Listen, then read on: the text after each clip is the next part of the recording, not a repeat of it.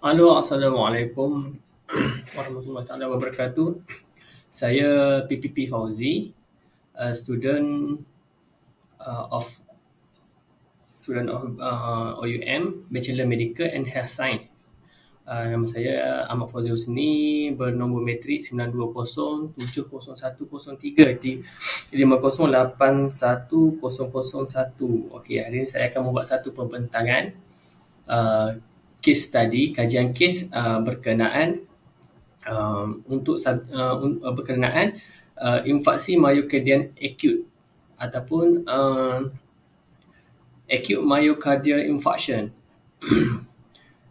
Video ini bertujuan untuk memenuhi kriteria subjek yang memerlukan pembentangan video kes melalui video.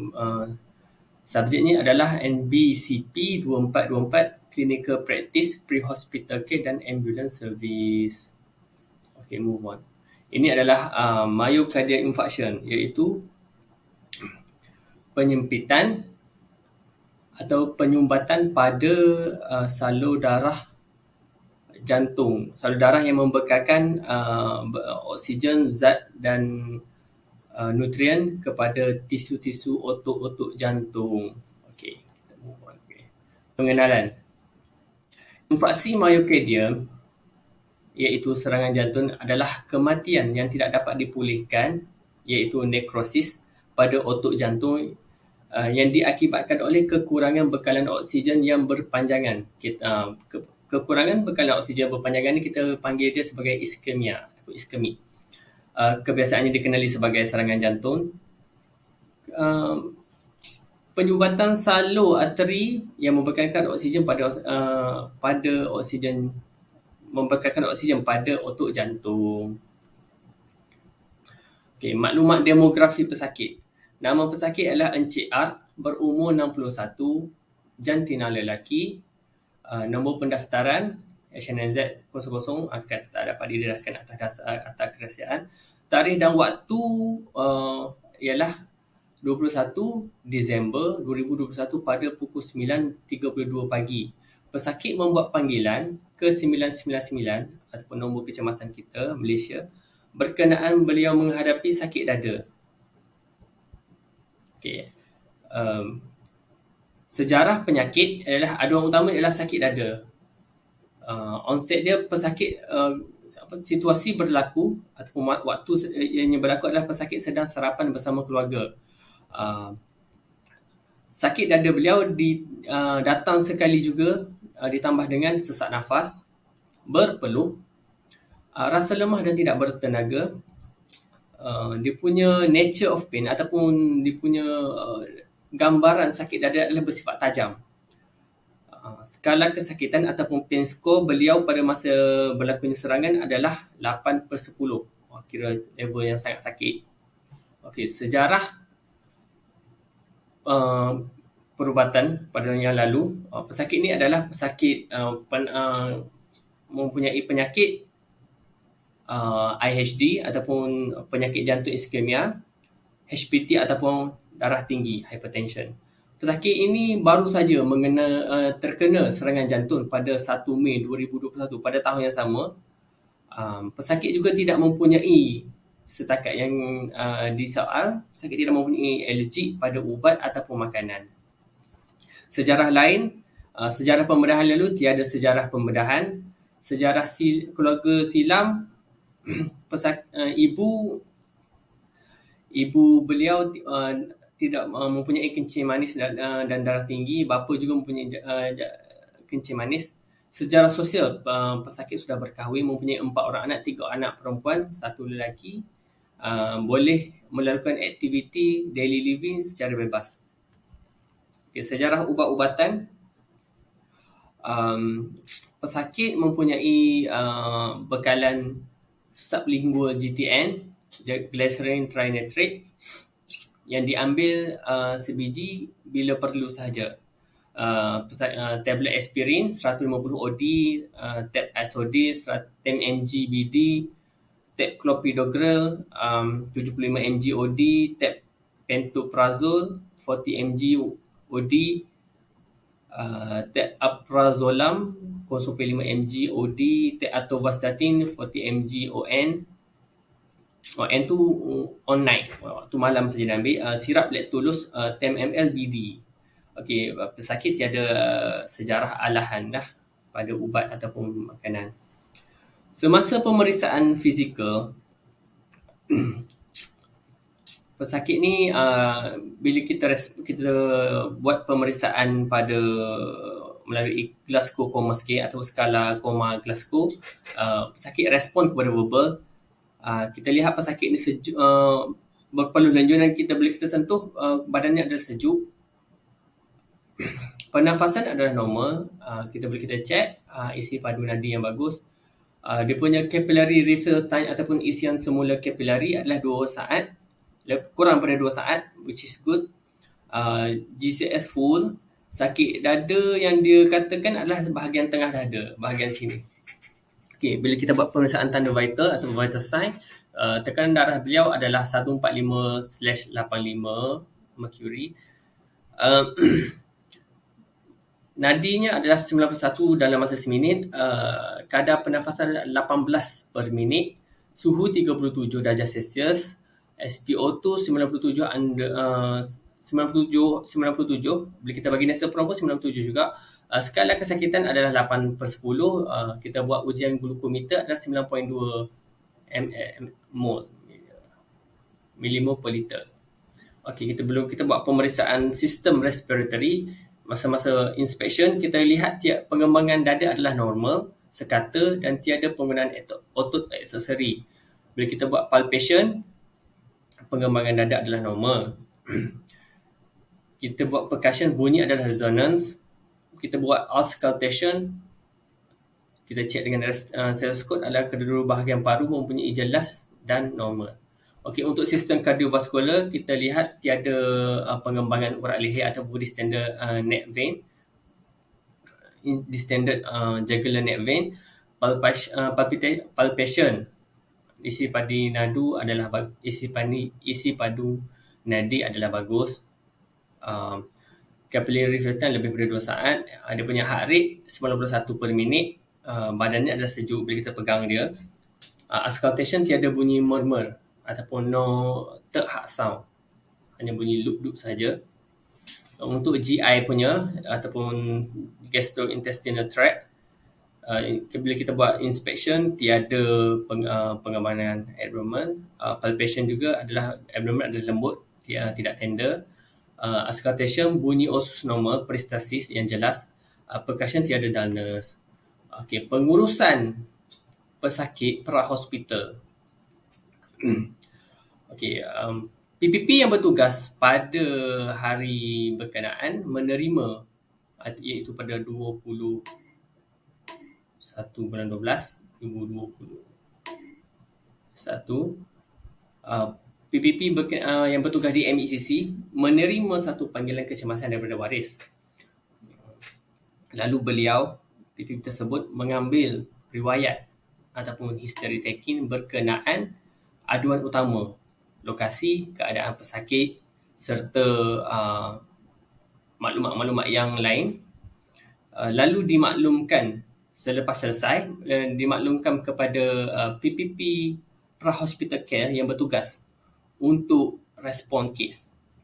Okey, kumpulan PHC 1 ataupun tim pra-hospital yang satu bersiap sedia dengan kelengkapan, lalu bergerak ke lokasi. Okey, di antara MECC dengan PHC 1 perlu ada satu komunikasi di mana setiap tindakan dan pergerakan akan dilapor kepada MECC. Contohnya, bila nak bergerak, dah sampai, kalau tak sampai, dia akan minta MECC untuk hubungi balik waris untuk tunggu di hadapan rumah, untuk sebagai satu landmark yang menunjukkan di mana rumahnya. Okay. Apabila sampai, tim PHC akan melakukan scene assessment ataupun penilaian keselamatan tempat kejadian. Yang untuk semuanya jelas untuk responden, pesakit dan saudara mara. Scene assessment juga kita melihat bahawa tiada bahaya di hadapan. Kita sampai di rumah dengan tiada pesakit, tiada bahaya seperti pesakit mengamuk ataupun halangan lah. Okey, responden ataupun PPP yang respon akan memakai PPE penuh, iaitu sarung tangan, topeng N95, book cover, head cover, face mask, apron dan gaun sterile. Kerana melihat pada zaman COVID sekarang ni, kita melakukan sebagai tindakan yang awal lah. Okey, untuk initial assessment, kita melihat pesakit, peka dan respon pada panggilan dan sapaan staf. Untuk airway, kita assess dia punya saluran pernafasan dia. Pesakit boleh berkomunikasi baik, maksudnya dia punya airway dia baik, dan saluran pernafasan adalah pattern, normal lah. Untuk breathing assessment, kita melihat pesakit tiada pengembangan pada urat leher ataupun jugular neck vein distended, tiada. No trachea deviation, peralihan pada trachea. Pengembangan dada adalah normal dan tiada penggunaan auto accessory. Pernafasan adalah normal. Kadar pernafasan adalah 18 per minit. Semasa auscultation, bunyi paru-paru adalah normal. Kita membuat keputusan untuk memberi terapi oksigen melalui nasal prong sebanyak 2 liter per minit, melihat kepada diagnosis kita lah, kita punya impression. Okey, untuk circulation assessment, kita palpate ataupun palpasi pada nadi radial. Kita dapat hasilnya adalah 91 per minit, normal. Rhythmnya adalah normal, isi padu yang baik, good volume. Pada circulation assessment juga kita melihat pada hujung anggota ataupun periferis pesakit adalah sejuk, dan dia punya CRT, capillary refill time, ataupun isian semula capillary adalah kurang daripada 2 saat, maksudnya which is good. Kulit pesakit juga pucat lesi. Kita melihat pada riaknya mungkin dia memang pucat warnanya. Tanda vital ataupun kita buat vital sign, kita mengambilan BP 14585, SpO2 97 dengan nasal prong dan melekatkan pad pengawasan jantung ataupun cardiac monitor untuk kita lihat pada rhythm jantung. Okey, kita punya circulation assessment, kita masukkan branula 16G iaitu kelabu pada vein basilis kiri. Okey, disability. Kita tengok disability dia adalah GCS dia adalah full. I dia 4, verbal dia 5, motor dia 6. Exposure, pendedahan pesakit tiada mempunyai, kita lihat bila kita assess pesakit, kita lihat dia mempunyai tanda-tanda masalah jantung, iaitu cardinal sign. Cardinal sign dalam masalah jantung iaitu dia punya sakit dada yang memegang pada dada, iaitu kita panggil Levine sign. Berpeluh, diaphoresis, muntah, dan sakit ada sesak nafas. Itu adalah cardinal sign lah. Okey, pernafasan adalah normal, respiration rate 18 per minit, kulit pucat lesi. Okey, intervention pra-hospital.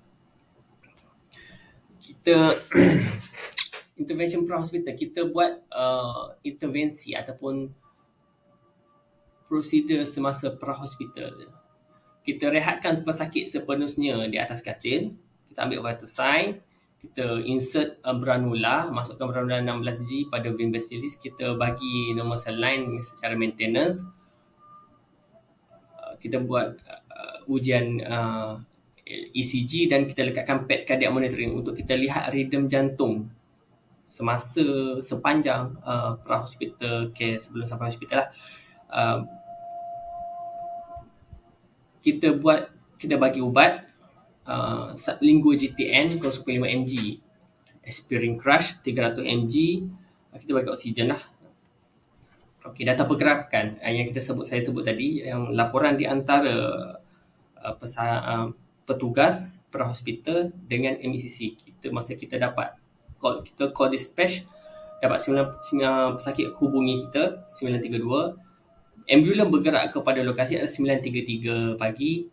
Kita sampai ke lokasi 9.48 minit pagi, dan selesai beberapa prosedur intervention yang kita lakukan tadi, kita akan transport back kepada hospital ada 10 pagi, dan kita sampai di hospital pada 10.11 pagi. Okey, investigation. Kita buat ujian penyiasatan.